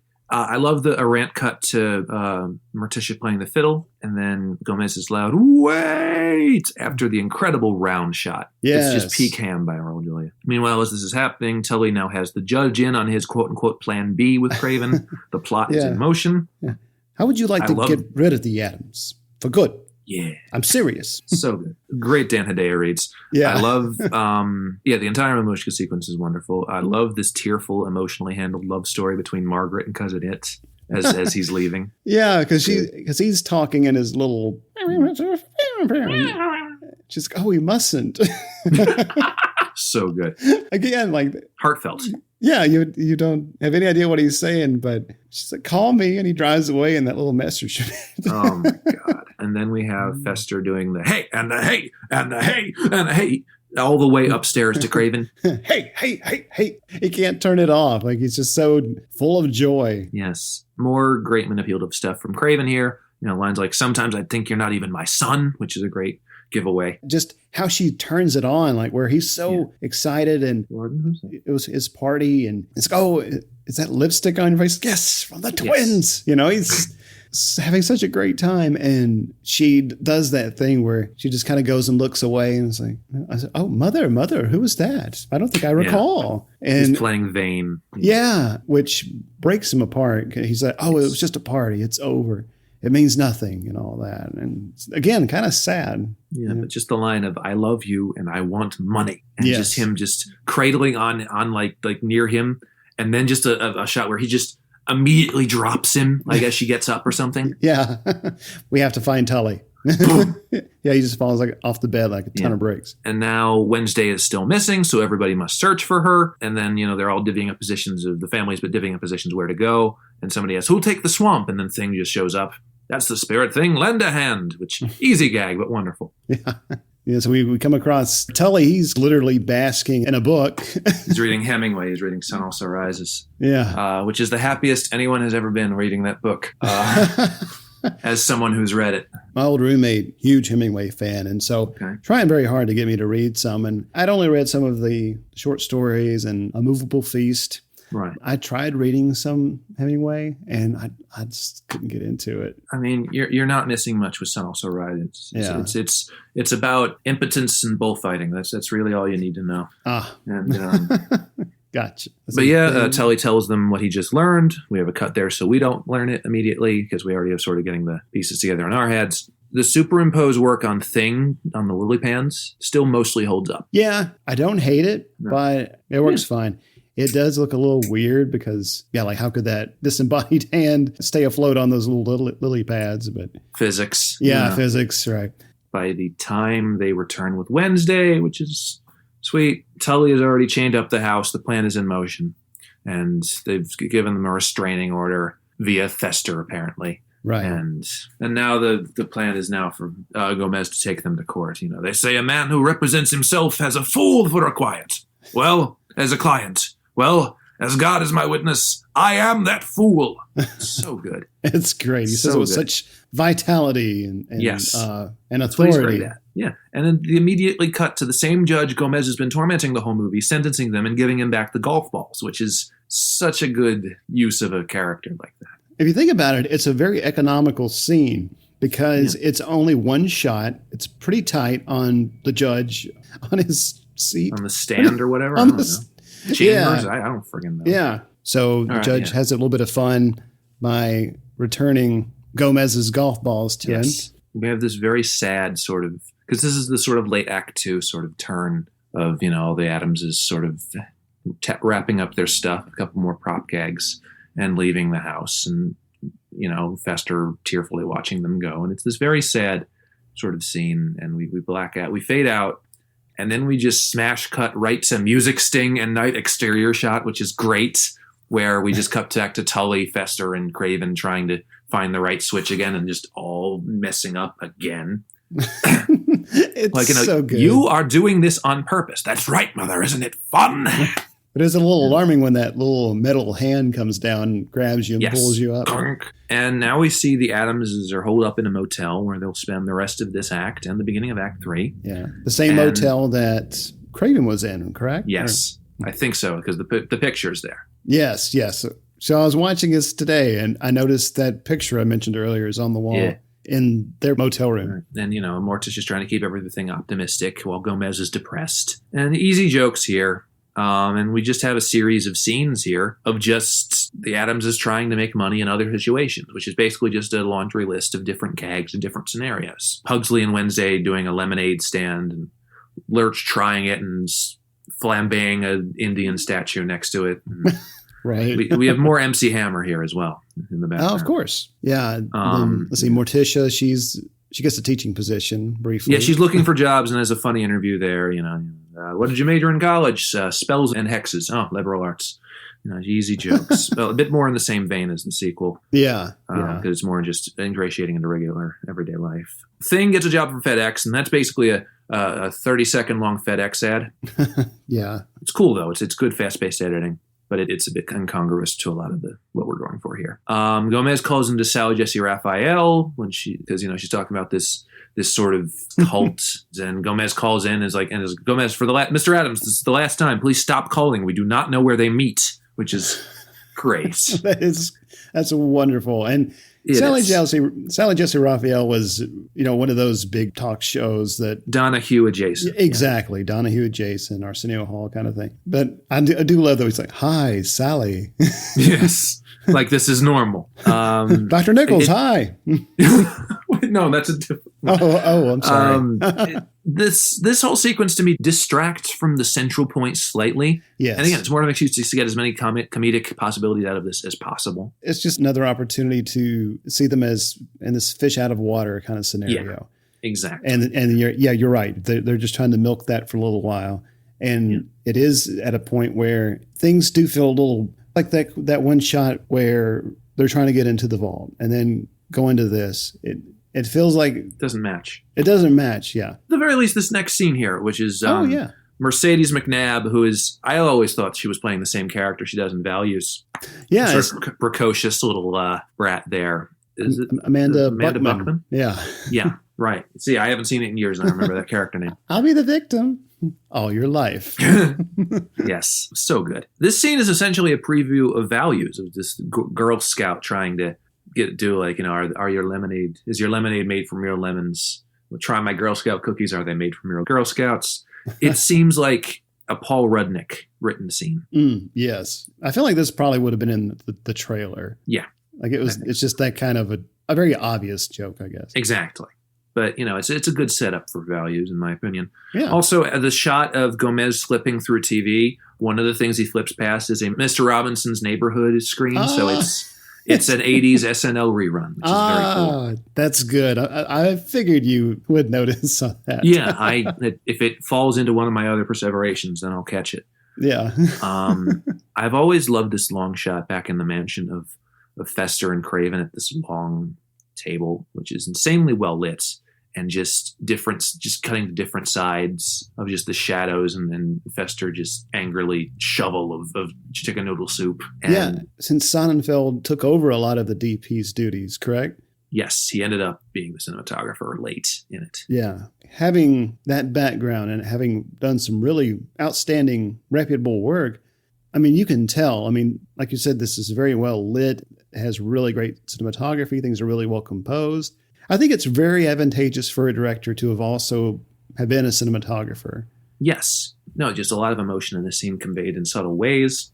Back with the Addams, I love rolled with Julia's delivery of a drive and Miss Gilligan. I love it. I had read that Raul Julia, like one of the many things that happen on set was he had a blood vessel burst in his eye. And yeah, so sounds about right. And they weren't able to shoot with him for several weeks. Mm-hmm. But funny enough, I was just reading one of Carrie Fisher's books, and she was talking about the last scene in Star Wars where she said that in the award scene in A New Hope that Mark Hamill had a blood vessel burst in his eye, and that's why he's smiling so big, and just to be able to cover that up in the shot. I thought that was just a little random tidbit. I picked this shit up.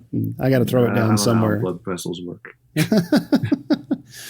So this is where we kind of change gears again. Yeah, because it's right before the climax, and this movie feels like itself again. Just the shots of the family sleeping in cramped arrangements and different. Like I think Lurch is sleeping with Pugsley and just little different combinations, and the music kicks back in, and then the shot of Morticia leaving the motel village. The tone is back. Of course, the second Morticia gets to the Addams mansion to barter, Craven and company tie up Morticia immediately. Not to be confused with Gerard and Company. Yeah, Gerard and Company, the great 1970s rock band. I love Tully adding, but I get this stomach thing when I torture. And then as he does, we have Angelica Houston's amazing delivery of, "You've done this before." It's beautiful. Masterful. The sequence next of Thing's journey back home is another reason why we're lucky to have Barry Sonnenfeld.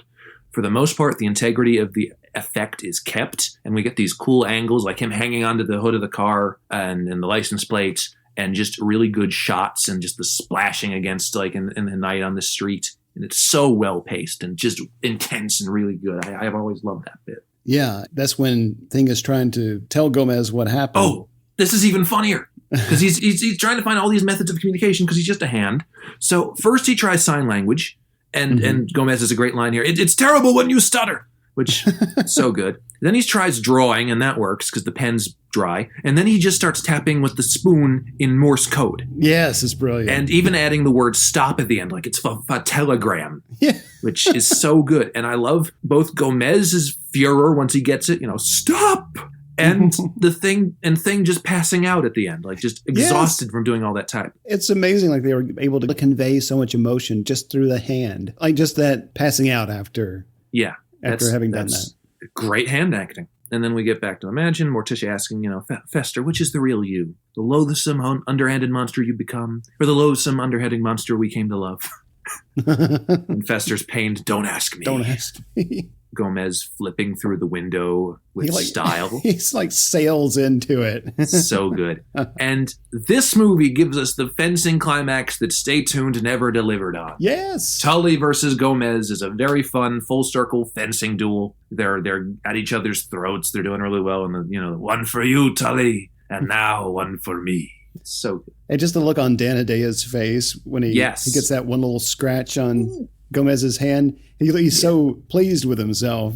Yeah. It's like, he never thought he was a match for him. And then I love the look on Gomez's face, all charisma drained, when Craven has the upper hand with the gun. Mm-hmm. And Elizabeth Wilson has another great line here where she points the gun at Gomez and says, okay, take Fester down to the vault and get all the money. And if you don't come back in however long, and she points the gun at Morticia, and she just right back in the Pinderschloss accent, I displace her. Which is a great callback to the displacement sort of theme that we had. Right. There's a great romantic moment with Gomez and Morticia here, but I love that Craven goes knock it off and the music cuts out abruptly. Oh, yeah, right. Because it just severs that little romantic moment. So good. It just stops in progress. And now Fester snaps. I just had a blast watching this scene today. I love it because Craven dresses him down and confirms, I should have left you where I found you. So that's not her real son, and right. Fester finally realizes it. This is good because Gomez is about to open... Greed. Yes, he's got his finger on the Greed book. And it's, no tricks, Gomez. That's the wrong book.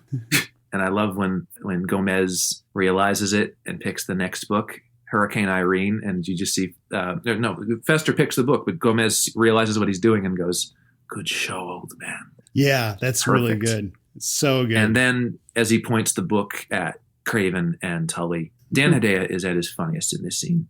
Put that book down, Gordon. You don't know what it can do. It's not just literature. So good. And then, of course, the immortal line we've only referred to about 20 times in this podcast. Yes. Think of the doubloons! Doubloons. Fester is, he's got the courage now to stand up against them. Yes. Or stand up to them. You can tell it takes him a while to get to, you are a terrible mother.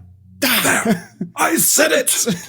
Opens the book and this I mean, scene. Look, yeah, go ahead. It's not to the heights of the explosive finale of Values, right? But this is just as wild to me. Yes, yeah. This hurricane effect is not great, but it's serviceable.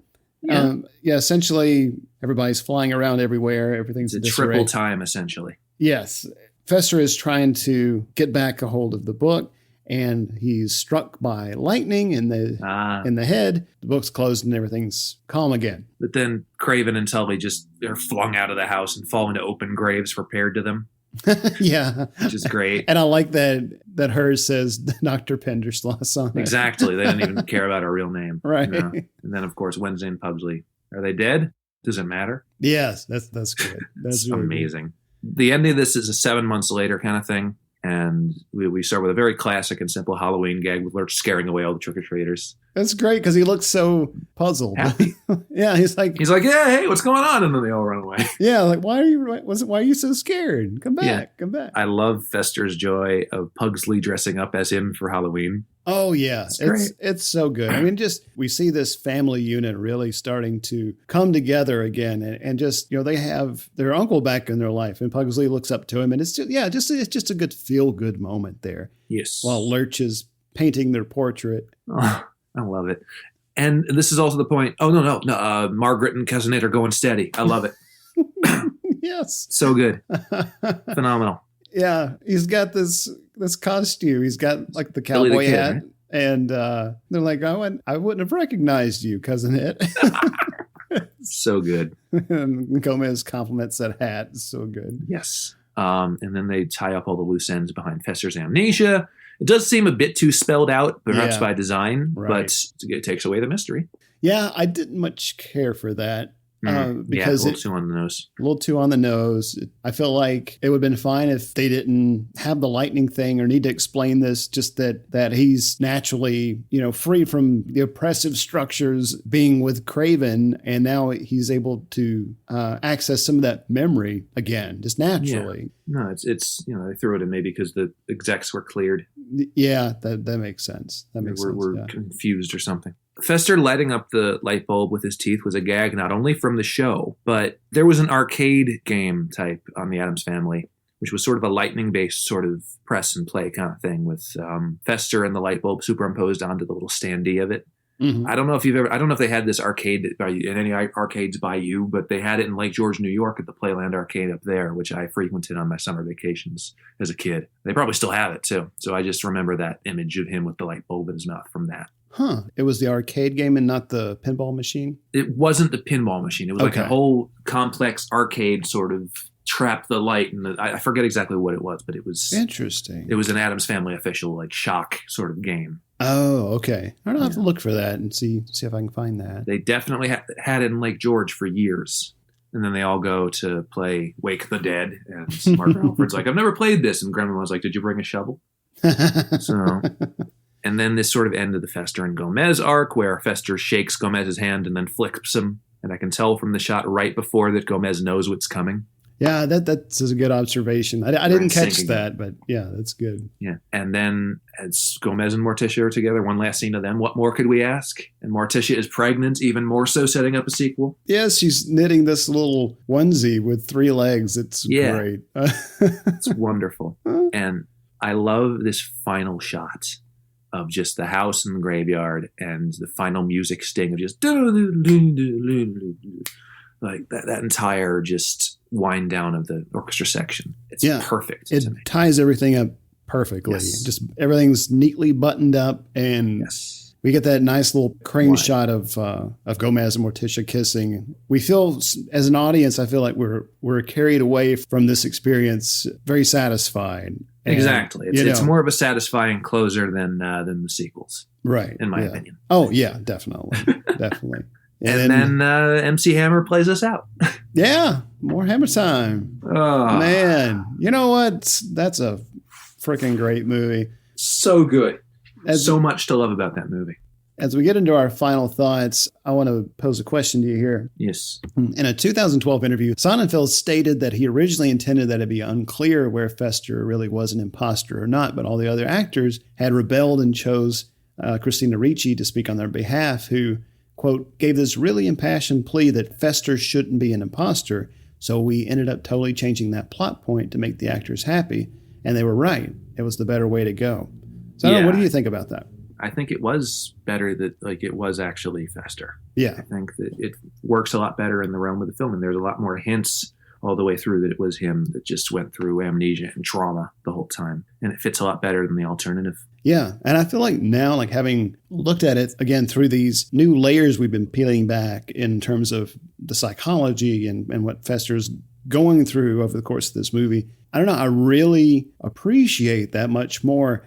And it's a much more, well, again, satisfying story and conclusion. Yeah. And it brings the family back to, a nice default point where they could have continued making these for a while. Yeah. So, any other final thoughts? Just the sort of joke setup sort of tactic of it, as well as just the way we're just admirably brought into this family as is, I think really towers this one over the sequel for me. And it just makes it just a perfect Halloween watch. I mean, Values is honestly more of a Thanksgiving movie, isn't it? Yeah. But this is a perfect Halloween season watch, and they play it on Freeform or whatever a million times, but it just makes you really happy. And this is honestly more of the feel-good movie than Values, which is a bit more sinister. Yes. I love it because it makes me feel really happy. And I love Halloween movies that leave you on a very fun note rather than just chilling you. Because, any Halloween movie can scare the shit out of you. But the ones that can be creepy while also being really fun, I love those a lot. Yeah. Like, I completely agree that it's one of these that I think I just wore it out so much when I was younger that I haven't seen it very much over the years. But coming back to it was like coming home in a way. It felt familiar and comfortable.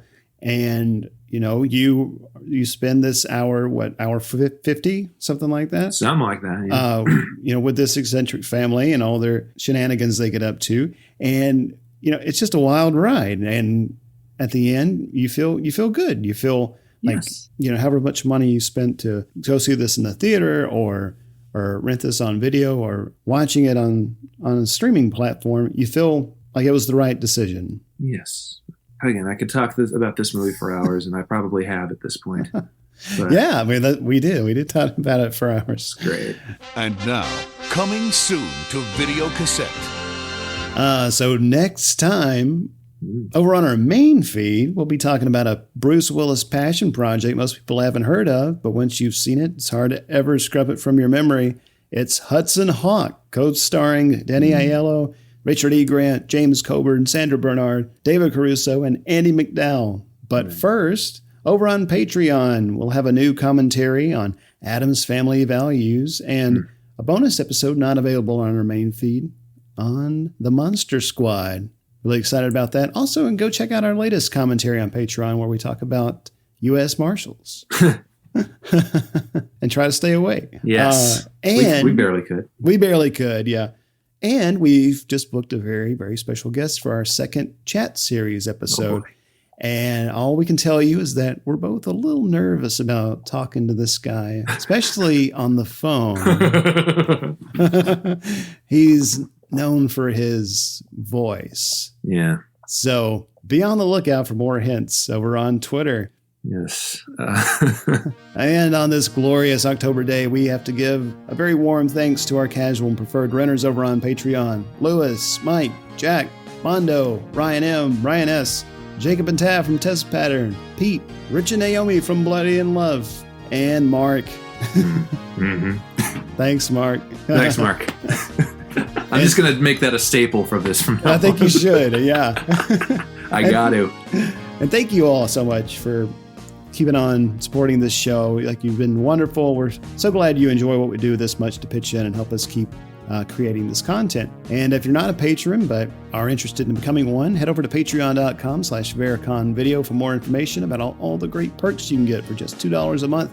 such as bonus episodes not available on our main feed, commentaries, and a super cool gift pack with Vericon Video merch and some other cool little knickknacks. Just not Uncle Knick-Knack.